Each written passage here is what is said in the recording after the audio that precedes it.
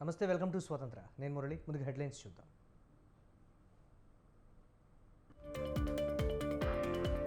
అభ్యర్థుల ఖరారుపై ఫోకస్ పెట్టిన టీడీపీ జనసేన.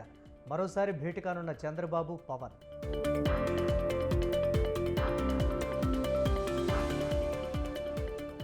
ఐదో జాబితాపై వైసీపీలో కొలిక్కిరాని చర్చలు. సిట్టింగులు, ఆశావహుల్లో పెరుగుతున్న ఉత్కంఠ.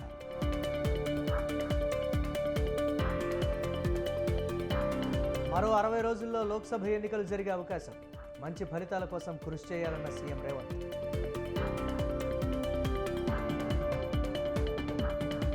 గవర్నర్ కోట ఎమ్మెల్సీల ప్రమాణ స్వీకారానికి బ్రేక్. ఆదేశాలిచ్చిన తెలంగాణ హైకోర్టు.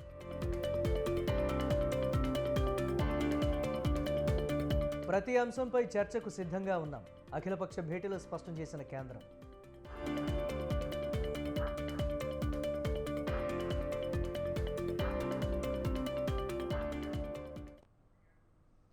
ప్రమాదవశాత్తు పడిపోయి తుంటి మార్పిడి చికిత్స చేయించుకున్న కేసీఆర్ ఇన్నాళ్లు విశ్రాంతిలో ఉన్నారు.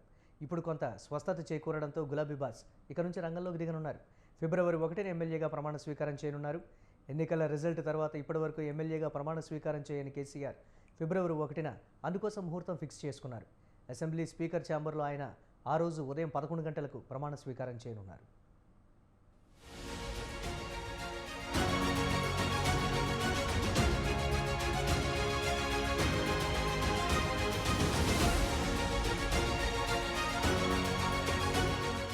ప్రమాదవశాత్తు పడిపోయి తుంటి మార్పిడి చికిత్స చేయించుకున్న బీఆర్ఎస్ అధినేత కేసీఆర్ కు ఇప్పుడు కొంత స్వస్థత చేకూరింది. ఇక నుంచి చురుగ్గా రాష్ట్ర రాజకీయాలపై కేసీఆర్ నజర్ పెట్టనున్నారు. అసెంబ్లీ ఎన్నికల తర్వాత డీలాపడ్డ పార్టీ క్యాడర్లో జోష్ నింపనున్నారు. ఎన్నికల రిజల్ట్ తర్వాత ఇప్పటి వరకు ఎమ్మెల్యేగా ప్రమాణ స్వీకారం చేయని కేసీఆర్ ఫిబ్రవరి 1న అందుకోసం ముహూర్తం ఫిక్స్ చేసుకున్నారు. అసెంబ్లీ స్పీకర్ ఛాంబర్లో ఆయన ఆ రోజు ఉదయం 11 గంటలకు ప్రమాణ స్వీకారం చేయనున్నారు. ఆ రోజున పార్టీ ఎమ్మెల్యేలు, ముఖ్య నేతలందరూ అసెంబ్లీకి రావాలని ఆహ్వానం పంపారు.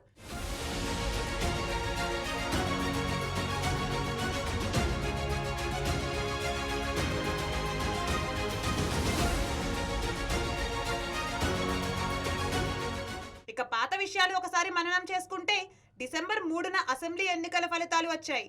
కాంగ్రెస్ సంపూర్ణ మెజార్టీ సాధించి ప్రభుత్వాన్ని ఏర్పాటు చేసింది. డిసెంబర్ 7న రేవంత్ రెడ్డి సీఎంగా ప్రమాణ స్వీకారం చేశారు. డిసెంబర్ 9న అసెంబ్లీ సమావేశాలు ప్రారంభమయ్యాయి. ఎమ్మెల్యేలు అదే రోజు అసెంబ్లీలో ప్రమాణ స్వీకారం చేశారు.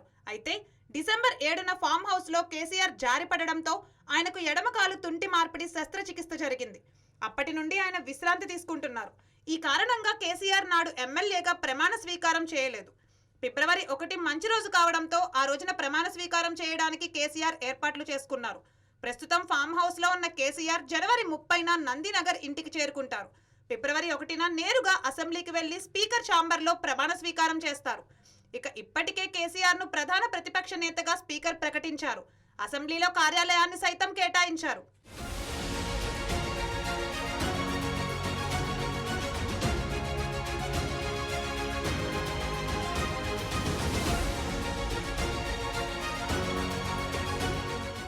ఫిబ్రవరి 2వ వారంలో అసెంబ్లీ బడ్జెట్ సమావేశాలు జరిగే అవకాశం ఉంది. ఈ కారణంగా కేసీఆర్ ముందుగా ప్రమాణ స్వీకారం చేసి అసెంబ్లీ బడ్జెట్ సమావేశాలకు హాజరు కానున్నారు. అసెంబ్లీ కార్యాలయంలో ప్రత్యేక పూజల అనంతరం కేసీఆర్ ప్రమాణ స్వీకారం చేయనున్నారని బీఆర్ఎస్ నేతలు తెలిపారు. పార్లమెంట్ ఎన్నికలు సమీపిస్తున్నాయి. అసెంబ్లీ ఎన్నికల్లో బీఆర్ఎస్ ఓడిపోవడంతో లోక్సభ ఎన్నికలను పార్టీ అధిష్టానం ప్రతిష్టాత్మకంగా తీసుకుంది. ఇప్పటికే పార్లమెంటరీ నియోజకవర్గాల వారీగా తెలంగాణ భవన్లో కేటీఆర్ సమీక్షలు నిర్వహించారు. ప్రస్తుతం అసెంబ్లీ నియోజకవర్గాల వారీగా సమావేశాలు జరుపుతున్నారు. అయితే ఇప్పటి వరకు ఈ సమావేశాలను party working president KTR lead చేస్తున్నారు. ఇక నుంచి కేసీఆర్ స్వయంగా రంగంలోకి దిగనున్నారు. కేసీఆర్ రంగంలోకి దిగితే రాష్ట్రంలో పొలిటికల్ హీట్ మరింత పెరుగుతుందని బీఆర్ఎస్ వర్గాలు అంటున్నాయి.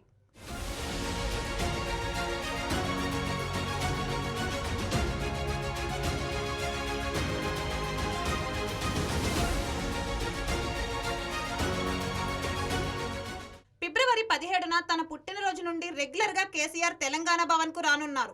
పూర్తి స్థాయిలో ఇంకా నడవకపోవడంతో వీల్ చైర్లోనే ఆయన పొలిటికల్ యాక్టివిటీస్ చేయనున్నారు. అయితే గులాబీ బాస్ కేసీఆర్ రాక కోసం గులాబీ పార్టీ కేడర్ ఆతృతగా ఎదురు చూస్తోంది. ఇంతకు ముందు అధికారంలో ఉన్నప్పుడు తన పదునైన మాటలతో ప్రత్యర్థులపై కేసీఆర్ పైచేయి సాధించారు. ఇప్పుడు ప్రతిపక్ష పాత్రలో ఆయన ఏ రీతిలో వ్యవహరిస్తారనే అంశం ఆసక్తిగా మారింది.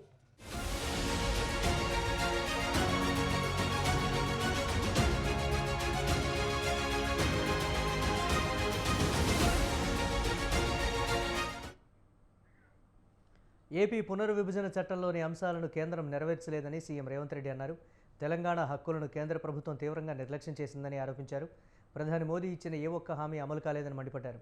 లోక్సభ ఎన్నికల్లో మంచి ఫలితాల కోసం కృషి చేయాలని సీఎం పిలుపునిచ్చారు. ప్రజలకిచ్చిన హామీలను రాష్ట్ర ప్రభుత్వం అమలు చేస్తోందని చెప్పారు. ప్రజల్లోకి వెళ్లేందుకు ఫిబ్రవరి 2 నుంచి సభలు నిర్వహిస్తున్నామన్నారు. ఫిబ్రవరి 2న ఇంద్రవెల్లి సభను విజయవంతం చేయాలని సీఎం కోరారు. పునర్విభజన సందర్భంగా ఆనాటి యూపీఏ ప్రభుత్వం ఇచ్చిన హామీలను ఈ 10 సంవత్సరాలు భారతీయ జనతా పార్టీ ఎన్డీఏ ప్రభుత్వం అమలు చేయలేదు. పూర్తి స్థాయిలో నిర్లక్ష్యం వహించింది. కేసీఆర్ అడగలేదు, మోడీ ఇవ్వలేదు. తెలంగాణ ప్రజల యొక్క హక్కులను కేంద్ర ప్రభుత్వం నిర్లక్ష్యం వహించింది. నరేంద్ర మోడీ గారు 10 సంవత్సరాలు ప్రధానమంత్రి అయి ఎన్నికల సందర్భంగా వారు ఇచ్చిన ఏ ఒక్క హామీని అమలు చేయలేదు. మరి రాహుల్ గాంధీ గారిని ప్రధానమంత్రిగా చెయ్యాలి అని అంటే తెలంగాణ రాష్ట్రంలో పార్లమెంట్లో సీట్లన్నీ గెలవాలి. బీఆర్ఎస్ గురించి, కేసీఆర్ గురించి కాంగ్రెస్ పార్టీ ఈరోజు పెద్దగా మాట్లాడతలేదని, ఆ పార్టీ రాష్ట్రం లేదు, సచ్చింది. తెలంగాణ ప్రజలు ఆ పార్టీని బొంద పెట్టిరు. దీన్ని బట్టే మీరు అర్థం చేసుకోండి, బీజేపీ బీఆర్ఎస్ కుమ్ముక్కు రాజకీయాలు. ఈరోజు దించాల్సింది నరేంద్ర మోడీని, ఈరోజు ఓడించాల్సింది నరేంద్ర మోడీని. బీఆర్ఎస్కు ఓటు వేస్తే మూసీలో వేసినట్టే. రాష్ట్ర పునర్విభజన సందర్భంగా Australian high commissioner of India Philip Green సచివాలయంలో ముఖ్యమంత్రి రేవంత్ రెడ్డిని మర్యాదపూర్వకంగా కలుసుకున్నారు. తెలంగాణలో విద్యా అభివృద్ధి కార్యక్రమాలు, ఎకో టూరిజం విస్తరణకు ఉన్న అవకాశాలు, వ్యవసాయంలో అధునాతన సాంకేతిక విధానాలపైన ఇరువురి మధ్య కాసేపు చర్చ జరిగింది. హైదరాబాద్ నుంచి ఆస్ట్రేలియాకు డైరెక్ట్ కనెక్టివిటీ మెరుగుపడాలని అభిలషించారు. ఐటీ పరిశ్రమల శాఖ మంత్రి శ్రీధర్ బాబు, అటవీ శాఖ మంత్రి కొండా సురేఖ, ఎమ్మెల్సీ జీవన్ రెడ్డి సందర్భంగా సీఎం వెంట ఉన్నారు.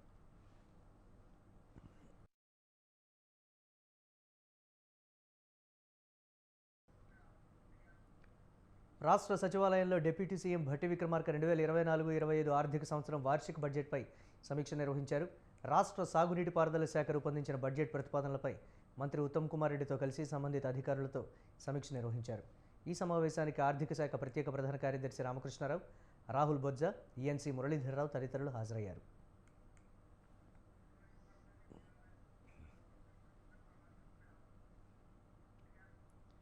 బీఆర్ఎస్ కార్యకర్తలపై దాడులను నిరసిస్తూ డీజీపీ ఆఫీసులో ఆ పార్టీ నేతల బృందం కంప్లైంట్ చేసింది. బీఆర్ఎస్ కార్యకర్తలపై దాడులకు పాల్పడిన వారిపై చర్యలు తీసుకోవాలని బృందం డిమాండ్ చేసింది.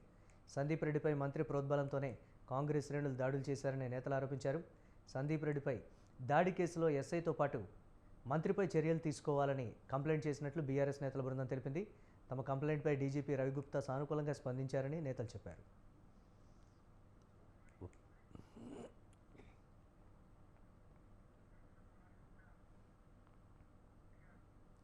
ఫిబ్రవరి 2న నిర్వహించే ఇంద్రవెల్లి సభ ద్వారా పార్లమెంట్ ఎన్నికలకు సీఎం రేవంత్ రెడ్డి శంఖారావం పూరిస్తారని TPCC working president Mahesh Kumar Goud అన్నారు. రేవంత్ రెడ్డి పీసీసీ అయ్యాక మొదటిసారి ఇంద్రవెల్లిలో దళిత గిరిజన దండోరా సభ నిర్వహించామని తెలిపారు.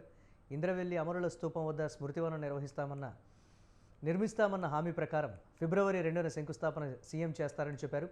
నాగోబా జాతరకు సీఎం హాజరవుతారని తెలిపారు. పార్లమెంట్ ఎన్నికలకు ముందు ఇంద్రవెల్లి బహిరంగ సభతో అంకురార్పణ జరుగుతుందన్నారు. ముఖ్యమంత్రి గారు ఆనాడు పీసీ అధ్యక్షుడు హోదాలో అక్కడికి వచ్చినారు. ఇవాళ పీసీ అధ్యక్షుడు ముఖ్యమంత్రి హోదాలో ఇంద్రవెల్లి సందర్శిస్తారు. అమరవీరుల స్తూపం వద్ద నిర్మించినటువంటి స్మృతి వనాన్ని ప్రారంభిస్తారు.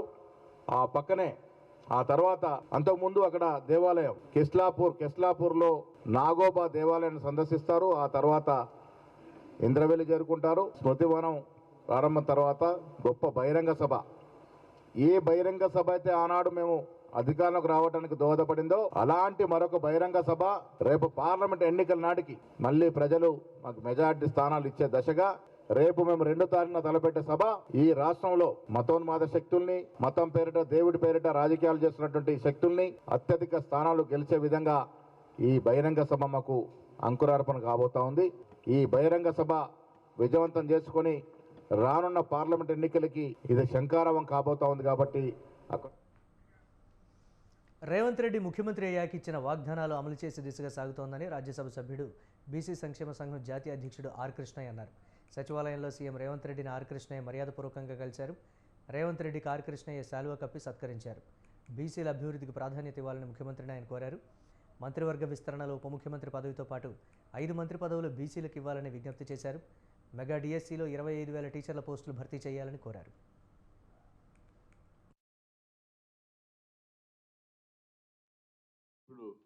బీసీ విద్యార్థుల కాలేజ్ కోర్సులు చదివే engineering, medicine, pharmacy, MBA, MCA చదివే విద్యార్థులకు పూర్తి ఫీజులు ఇవ్వాలి.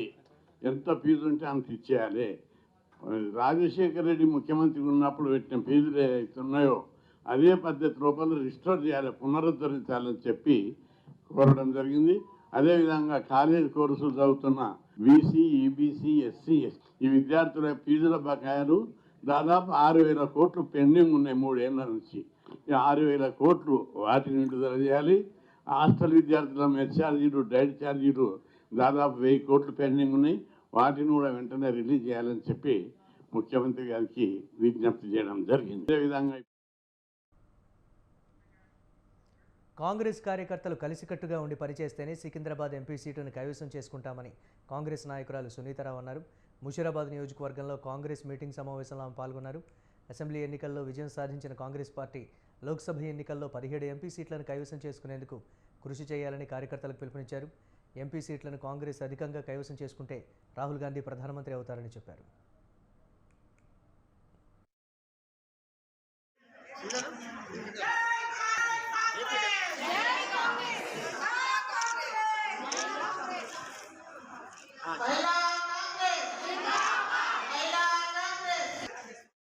సో 17 పార్లమెంట్లకు సంబంధించి రివ్యూ మీటింగు, లోటుబాట్లు, ఎక్కడ ఏమి కసరత్తు చేయాలి, ఖచ్చితంగా కాంగ్రెస్ ఈ 17 నియోజకవర్గాలంటే ఇక్కడ పార్లమెంట్ సెగ్మెంట్స్లో గెలవాలనే ఉద్దేశంతో రాష్ట్ర మహిళా కాంగ్రెస్ ముందుగానే ప్లాన్ చేసి ఖచ్చితంగా mandal, block, booth committees, division ప్రెసిడెంట్స్తో పాటు డివిజన్ కమిటీస్తో పాటు వార్డ్ కమిటీస్ మొత్తం అనుసంధానం చేస్తూ ఎక్కడెక్కడ లోటుపాట్లు ఉన్నాయో, చాలామంది నాయకులు ఎవరైతే కంటెస్ట్ చేశారో చాలామంది అక్కడ కమిటీస్ వేయకపోవడం, ఉన్న వాళ్ళని పనిచేయకపోవడం, సో ఇట్లాంటి పలు అంశాలు నా దృష్టికి వచ్చాయి రాష్ట్ర మహిళా కాంగ్రెస్ అధ్యక్షురాలుగా.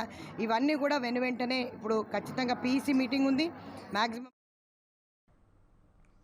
పద్మశ్రీ పురస్కారాలకు ఎంపికైన యక్షగాన కళాకారుడు గడ్డం సమ్మయ్య, డాక్టర్ ఆనందాచారి వేలును మెగాస్టార్ చిరంజీవి మర్యాదపూర్వకంగా సన్మానించారు. వారిద్దరిని జూబ్లీహిల్స్లోని తన నివాసానికి ఆహ్వానించిన చిరంజీవి శాలువాతో వారి ఇరువురిని సత్కరించారు.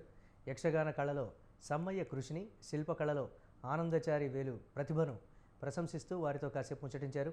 కళారూపాలను, కళాకారులను గుర్తించినందుకు కేంద్ర ప్రభుత్వానికి ప్రత్యేక కృతజ్ఞతలు తెలిపిన చిరంజీవి కేంద్ర రాష్ట్ర ప్రభుత్వాలు కళలతో పాటు కళాకారులను కాపాడుకోవాలని, వారి కుటుంబాలను ఆదుకోవాలని విజ్ఞప్తి చేశారు. తన నివాసానికి ఆహ్వానించి చిరంజీవి సత్కరించడం జీవితంలో మరిచిపోలేని అనుభూతిని కలిగించిందని సమ్మయ్య, ఆనందాచారి సంతోషం వ్యక్తం చేశారు.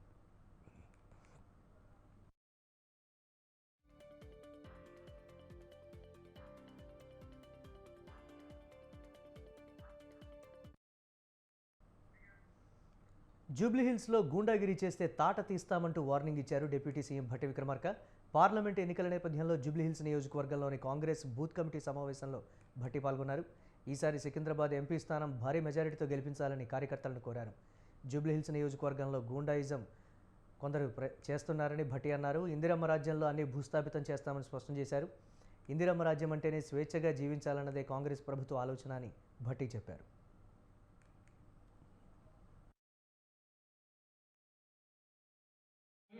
జంట నగరం, ఈ జంట నగరాన్ని హైదరాబాద్ గా పిలుచుకుంటాము. హైదరాబాద్ एक शान है. తెలంగాణ రాష్ట్రానికి ఒక గర్వకారణం. తెలంగాణ రాష్ట్రంలో ఉన్నటువంటి హైదరాబాద్ నగరంలో అనేక ప్రాంతాల ప్రజలు వచ్చి ఇక్కడ నివాసం ఉంటారు. అనేక మతాలకు సంబంధించినటువంటి వాళ్ళు ఉంటారు. అనేక మంది ఇక్కడికి వచ్చి సెటిలర్స్ గా ఉపాధి పొందుతూ ఉంటారు. అందరినీ సమానంగా చూసేదే ఇందిరమ్మ రాజ్యం యొక్క ఆలోచన. కావాలని కొద్దిమంది ప్రాంతాల పేరు మీదనో, లేకపోతే మతాల పేరు మీదనో, లేకపోతే ఇంకో దాని పేరు మీదనో ప్రజలను రెచ్చగొట్టి ఇక్కడ law and order problem create చేయాలని చూస్తూ ఊరుకోవడానికి ఇందిరమ్మ ప్రభుత్వం సిద్ధంగా లేదు. మాకు ఉన్నటువంటి ప్రధానమైన లక్ష్యం, ఆలోచన హైదరాబాద్ నగరంలో ఉన్నటువంటి ప్రతి కుటుంబం స్వేచ్ఛగా, స్వాతంత్రంగా, సంతోషంగా బతికేటట్టుగా ఉండాల్సినటువంటి వాతావరణాన్ని కల్పించడమే మా అందరి ముందు ఉన్నటువంటి లక్ష్యం. ఇవాళ హైదరాబాద్, సికింద్రాబాద్ నగరాలు జంట నగరాలు, ఈ జంట నగరాలని హైదరాబాద్ గా పిలుచుకుంటాము. హైదరాబాద్ एक शान है, తెలంగాణ రాష్ట్రానికి ఒక గర్వకారణం. చంద్రబాబు సభలు నిర్వహిస్తున్న ప్రజాస్పందన లేదని మంత్రి అంబటి రాంబాబు అన్నారు. తాను ఇది చేశానని చెప్పుకునే స్థితిలో కూడా చంద్రబాబు లేరని అన్నారు. చంద్రబాబు పరిపాలన అంతా తన వర్గం కోసమే జరిగిందని ఆరోపించారు. ప్రజలను మభ్యపెట్టాలని చంద్రబాబు ప్రయత్నిస్తున్నారని మండిపడ్డారు. చంద్రబాబుకి ఏం విజన్ ఉందో చెప్పగలరా అని ప్రశ్నించారు. స్కిల్ స్కామ్ కేసులో పట్టుబడి చంద్రబాబు 53 రోజులు జైల్లో ఉన్నారని తెలిపారు. తొలి సభ విజయం పార్టీ కేడర్కు మరింత నూతనోత్తేజం ఇచ్చిందని అంబటి అన్నారు. రిలీజ్ చేసే విజన్ దస్తాలు మేనిఫెస్టో రిలీజ్ చేస్తాడు, లేనిపోని అన్ని చెబుతాడు, దానిలో పొందుపరుస్తాడు, అసాధ్యమైనవి కూడా చేసేస్తానంట. అంతే మేనిఫెస్టో రిలీజ్ చేయటం, ఎన్నికల్లో గెలిపిస్తే మేనిఫెస్టోని మాయం చేసేటటువంటి విజన్ కలిగినటువంటి వ్యక్తి చంద్రబాబు నాయుడు గారు. చంద్రబాబు నాయుడు గారు అంటున్నాడు సిద్ధం అని. చంద్రబాబు నాయుడు గారే కాదు, పవన్ కళ్యాణ్ గారు ఆయన కూడా సిద్ధం అంటున్నాడు. దేనికయ్యా సిద్ధం? మీరు నాకు అర్థం కాలేదు. మీ ఇద్దరు కలిసి కూర్చుని మాట్లాడుకుని సీట్లే అనౌన్స్ చేయలేనటువంటి దౌర్భాగ్యమైన పరిస్థితిలో ఉన్నారో, డ్రామా ఆడుతున్నారో తెలియదు నీకు. పవన్ కళ్యాణ్ గారు ఎక్కడ నిలబడతాడో తెలియదు, అనౌన్స్ చేయరు. చంద్రబాబు నాయుడు గారు 1 నిలబడతాడో 2 నిలబడతాడో తెలియదు. వీళ్ళు సిద్ధం అంట. దేనికయ్యా మీరు సిద్ధం? ఒకదానికి మాత్రం మీరందరూ సిద్ధం. ఎన్నికలు అయిపోయిన తర్వాత తట్ట బొట్ట సర్దుకొని హైదరాబాదు నివాసానికి చేరడానికి అందరూ సిద్ధంగా ఉన్నారు. ఎన్నికలకు ముందు మేనిఫెస్టో రిలీజ్ చేసే విజన్. బాపట్ల జిల్లా పర్చూరు నియోజకవర్గంలో టీడీపీ అధినేత చంద్రబాబు సతీమణి నారా భువనేశ్వర్ పర్యటించారు. చంద్రబాబు అరెస్టుతో మరణించిన బాధిత కుటుంబాలను ఆమె పరామర్శించారు.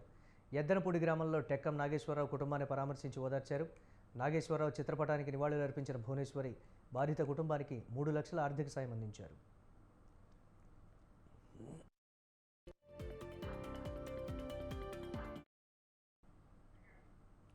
రానున్న సార్వత్రిక ఎన్నికల్లో జనసేన కూటమి అభ్యర్థులు గెలిపే లక్ష్యంగా ప్రతి ఒక్కరూ కృషి చేయాలని జనసేన నాయకులు కొణతాల రామకృష్ణ పిలుపునిచ్చారు. అనకాపల్లి పార్టీ కార్యాలయంలో మాజీ ఎమ్మెల్యే పంచకర్ల రమేష్ అధ్యక్షతన ఉత్తరాంధ్ర జిల్లాల నాయకులతో ఆత్మీయ సమావేశం జరిగింది. వైసీపీ ప్రభుత్వం వైఫల్యాలను ప్రజల్లోకి తీసుకువెళ్లాల్సిన బాధ్యత జన సైనికుల్లో ఉందన్నారు. ఈ కార్యక్రమంలో జనసేన రాష్ట్ర నాయకులు పార్థసారథి, బోలిశెట్టి సత్య తదితరులు పాల్గొన్నారు.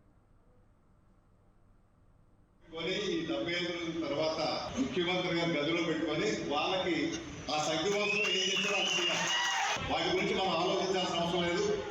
సభ్య సమాజంలో ఇటువంటి సంస్కారహీనమైనటువంటి చర్య బహుశా స్వతంత్ర భారతదేశంలో ఎప్పుడు జరిగి ఉంటుంది. అక్కడ కూడా అందరూ కూడా ఖండించాల్సినటువంటిది. రాజకీయంగా విభేదాలు ఉంటాయి, సిద్ధాంతపరంగా విభేదాలు ఉంటాయి. సిద్ధాంతపరంగా పోరాటం చేయండి, రాజకీయపరంగా పోరాటం చేయండి, కానీ ఈ రకంగా చేయడం అన్నది ఒక సొంత పార్టీ ఎంపీనే జైల్లో పెట్టి కాళ్ళు ఎదుర్కొట్టే విధంగా చేశారంటే ఈ పరిపాలన ఏమనాలి? నేను బ్రిటిష్ పరిపాలన కూడా తక్కువనే అంటున్నాను. ఇంకా అధికారంలో అంత చేయలేదు. మళ్ళీ ప్రజాస్వామ్యాన్ని కాపాడాల్సినటువంటి గురుతర బాధ్యత పవన్ కళ్యాణ్ గారు తీసుకున్నారు. కాబట్టి నిస్వార్థంగా నాకు ఎన్ని సీట్లు ఇస్తారు, నాకు ఏమిటి పదవులు ఇస్తారని ఏది కూడా కోరకుండా ముందు ఇటువంటి దుష్ట పరిపాలన చరమగీతం పాడాలి, కోకటంలో ప్రేమించాలని పట్టుదలతో ఆయన ఈ కార్యక్రమం నడుము బిగించారు. ఈ ముగ్గురు బొమ్మలు పెట్టుకొని ఈ 75 రోజుల తర్వాత ముఖ్యమంత్రిగా ఎమ్మెల్సీ రామచంద్రయ్యపై కడప మేయర్ సురేష్ బాబు ఘాటు విమర్శలు చేశారు. ఎమ్మెల్సీ పదవి ఇచ్చినప్పుడు జగన్ను రామచంద్రయ్య పొగడతలతో ముంచెత్తారని అన్నారు. ఎన్నికలు సమీపిస్తున్న వేళ రామచంద్రయ్య కొత్త డ్రామాకు తెరలేపారని విమర్శించారు. జగన్ అమలు చేసిన పథకాలు దేశంలో ఎక్కడా లేవని చెప్పిన రామచంద్రయ్య ఇప్పుడు వైసీపీ సర్కార్పై విమర్శలు చేయడం తగదన్నారు. తన పదవికి రామచంద్రయ్య రాజీనామా చేసి నిజాయితీ నిరూపించుకోవాలన్నారు. ఎప్పుడు వచ్చినాడో ఎప్పుడు పోయినాడో మాకే తెలియదు. సిఆర్సి రామచంద్రయ్య గారు ఎంతో పెద్ద వ్యక్తి, గౌరవిస్తాం. మా పార్టీలో చేరేటప్పుడు పార్టీ 2 నెలల ముందు ఒక సామాజిక నాయకుడు మా పార్టీకి వచ్చేది ఎంతోగా ఆహ్వానించాం, చేశాం. 2019 ఎన్నికల్లో ఆయన మనసాక్షికి తెలుసు కడప ఊరికి ఎంతవరకు ఇక్కడే పుట్టాడు, ఈయన శాసనంలో ఎన్నికైనాడు. మాతో పాటు మేము ఎన్నికల్లో తిరుగుతున్నాం. ఆయన కూడా ఈరోజు తిరిగినా కూడా తిరగకపోయినాడా చేరాడు కదా అని అనుకున్నాం. ఈరోజు మా పార్టీలో చేరిన తర్వాత 1 సంవత్సరానికి ఎమ్మెల్సీ ఇచ్చినారు. మా విధి విధానాలు నచ్చలేదంట. విధి విధానాలు నచ్చలేనప్పుడు ఆ రోజు ఎమ్మెల్సీ ఇచ్చేటప్పుడే తీసుకోకుండా ఉండాల్సింది. నువ్వు 1 సంవత్సరం తర్వాత ఎమ్మెల్సీ తీసుకొని మీరే ప్రెస్ వాళ్ళు ఉన్నారు, ఎంతోమంది మిత్రులు, మీరే ఆయన ప్రెస్ మీట్కి పోతే జగన్మోహన్ని పోయినాడు. ఎవరన్నా పూర్తే ఎమ్మెల్సీ ఇస్తారు. వరంగల్ జిల్లా నర్సంపేట మున్సిపల్ చైర్పర్సన్ గుంటి రజనీపై పెట్టిన అవిశ్వాస తీర్మానం రద్దయింది. మున్సిపాలిటీలో 24 మంది కౌన్సిలర్లకు గాను 18 మంది బీఆర్ఎస్, 6 కాంగ్రెస్ నుంచి గెలిచారు. బీఆర్ఎస్ కౌన్సిలర్లు 18 మంది గుంటి రజనిని ఏకగ్రీవంగా చైర్పర్సన్గా ఎన్నుకున్నారు. రజని తమను పట్టించుకోలేదని గతంలో బీఆర్ఎస్ కౌన్సిలర్లు అవిశ్వాసం పెట్టారు. మళ్లీ 14 మంది ఆ పార్టీ కౌన్సిలర్లు రజనిపై కలెక్టర్కు అవిశ్వాస నోటీస్ ఇచ్చారు. అయితే కౌన్సిల్ సమావేశానికి ఎవరూ హాజరు కాకపోవడంతో రద్దయింది.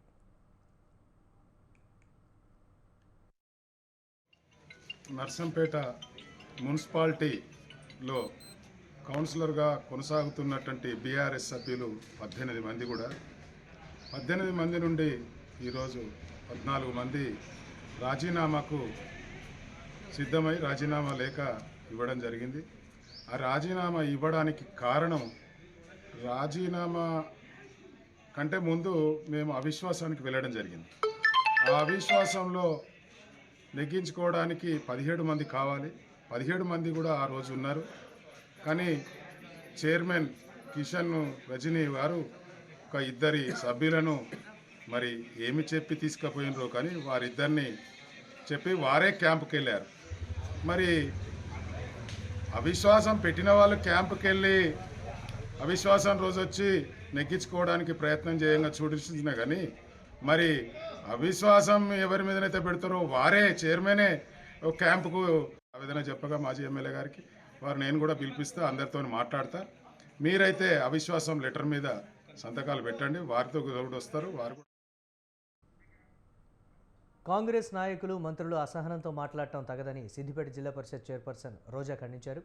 జెడ్పీ చైర్మన్పై ఇష్టం వచ్చినట్లు మాట్లాడి పోలీసులతో గెంటించారని ఫైర్ అయ్యారు. కేటీఆర్పై అనుచిత వ్యాఖ్యలు చేయడం మంత్రి కోమటిరెడ్డికి తగదన్నారు. రైతు రుణమాఫీ, రైతు బంధు పెంపుపై ప్రశ్నించినందుకు జెడ్పీ చైర్మన్ సందీప్ రెడ్డిపై మంత్రి అనుచరులు దాడికి యత్నించారని రోజా దుయ్యబట్టారు. కోమటిరెడ్డి తన వ్యాఖ్యలు వెనక్కి తీసుకుని సందీప్ రెడ్డికి క్షమాపణ చెప్పాలని రోజా డిమాండ్ చేశారు.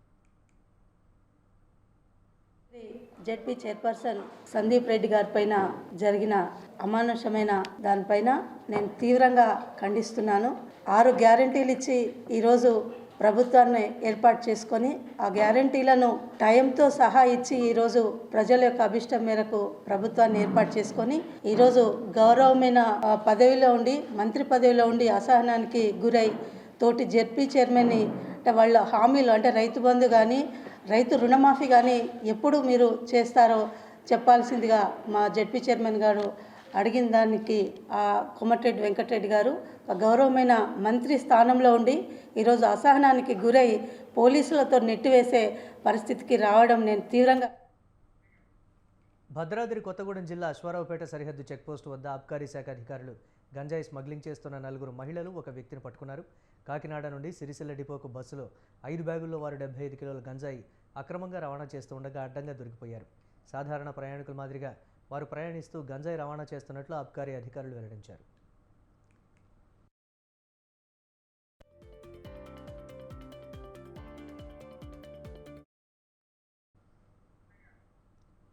చెరువు కట్టపై ఏర్పాటు చేసిన విశ్రాంతి బల్లాలను మున్సిపల్ కార్పొరేషన్ అధికారులు తొలగించడంపై చిత్తూరులో టీడీపీ శ్రేణులు ఆందోళన నిర్వహించాయి.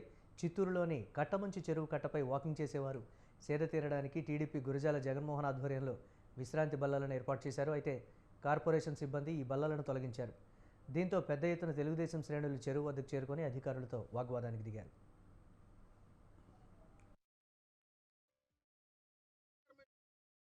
ప్రజల కోసం వసతులు కల్పించలేని మున్సిపల్ అధికారులు స్వచ్ఛందంగా ఏర్పాటు చేసిన బల్లలను తొలగించడం దారుణమని టీడీపీ మాజీ ఎమ్మెల్సీ దొరబాబు విమర్శించారు. అధికార పార్టీ ఆదేశాలకు తలొగ్గి అధికారులు దౌర్జన్యంగా వ్యవహరించడం సరైంది కాదన్నారు.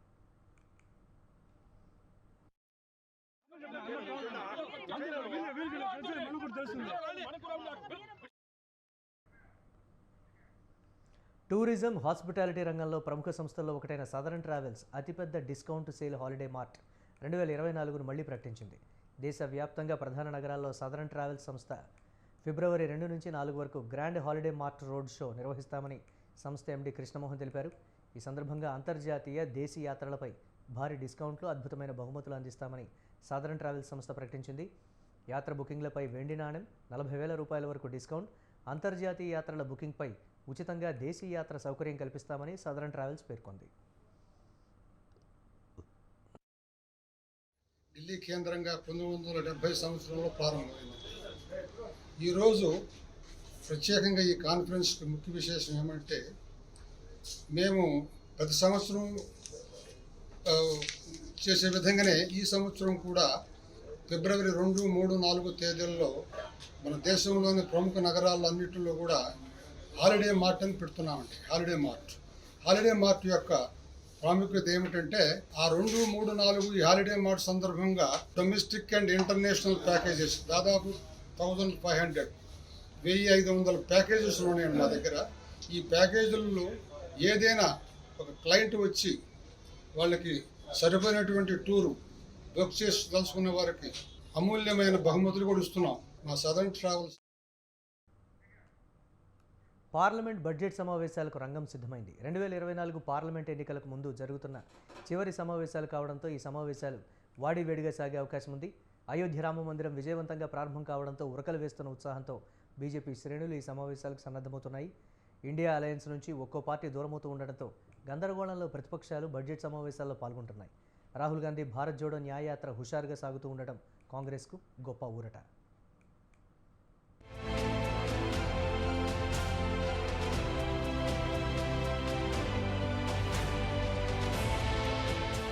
పార్లమెంట్ బడ్జెట్ సమావేశాలు ప్రారంభమవుతున్నాయి. తొలి రోజు రాష్ట్రపతి ద్రౌపది ముర్ము ఉభయ సభలనుద్దేశించి ప్రసంగిస్తారు. కేంద్ర ఆర్థిక మంత్రి నిర్మలా సీతారామన్ ఫిబ్రవరి 1న 2024-25 ఆర్థిక సంవత్సరానికి మధ్యంతర బడ్జెట్ను ప్రవేశపెడతారు. ఓటాన్ అకౌంట్ బడ్జెట్ సన్నాహం తుది దశలో సాంప్రదాయకంగా చేసే హల్వా కార్యక్రమాన్ని కూడా నిర్వహించారు. నరేంద్ర మోదీ సర్కార్ 2వ టర్మ్లో చివరి బడ్జెట్ కావడంతో దేశ ప్రజలంతా ఆసక్తిగా ఈ బడ్జెట్ కోసం ఎదురుచూస్తున్నారు.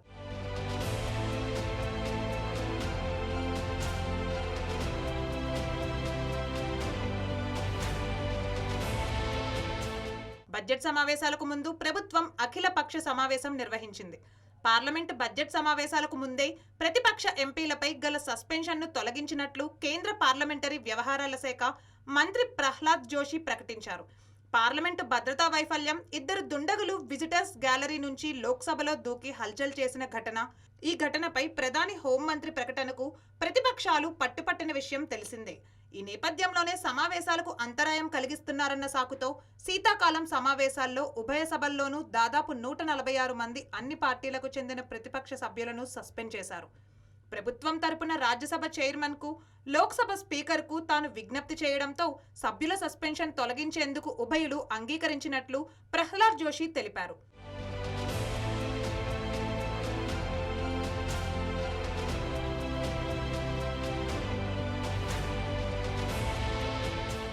తొలిసారిగా 2023-24 కేంద్ర బడ్జెట్ను పేపర్లెస్ ఫార్మెట్లో ప్రవేశపెట్టనున్నారు. రాజ్యాంగం నిర్దేశించిన వార్షిక ఆర్థిక ప్రకటన, గ్రాంట్ల డిమాండ్, ఫైనాన్స్ బిల్లుతో సహా మొత్తం 14 కేంద్ర బడ్జెట్ పత్రాలను యూనియన్ బడ్జెట్ మొబైల్ యాప్ ద్వారా యాక్సెస్ చేయొచ్చు. ప్రభుత్వం కొన్ని పెండింగ్ బిల్లులను ఈ సమావేశంలో ఆమోదింపచేసేందుకు ప్రయత్నించవచ్చు.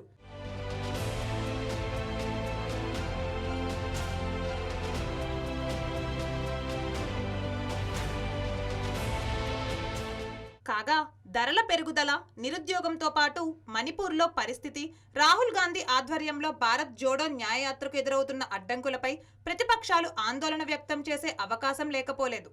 బీహార్ రాజకీయ పరిణామాలు కూడా పార్లమెంటులో ప్రస్తావనకు రావచ్చు. అయోధ్య రామ మందిర ప్రతిష్ట, క్రెడిట్ పొందేందుకు బీజేపీ, ప్రధాని మోదీ తమ వంతు కృషి చేస్తారన్నది నిర్వివాదాంశం. పార్లమెంటు బడ్జెట్ సమావేశాలు ఫిబ్రవరి 9న ముగుస్తాయి.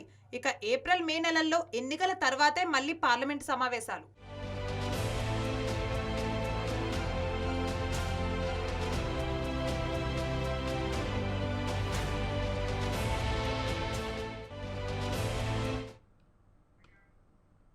ఇవి ఇప్పటి వరకున్న అప్డేట్స్. కీప్ వాచింగ్ స్వతంత్ర.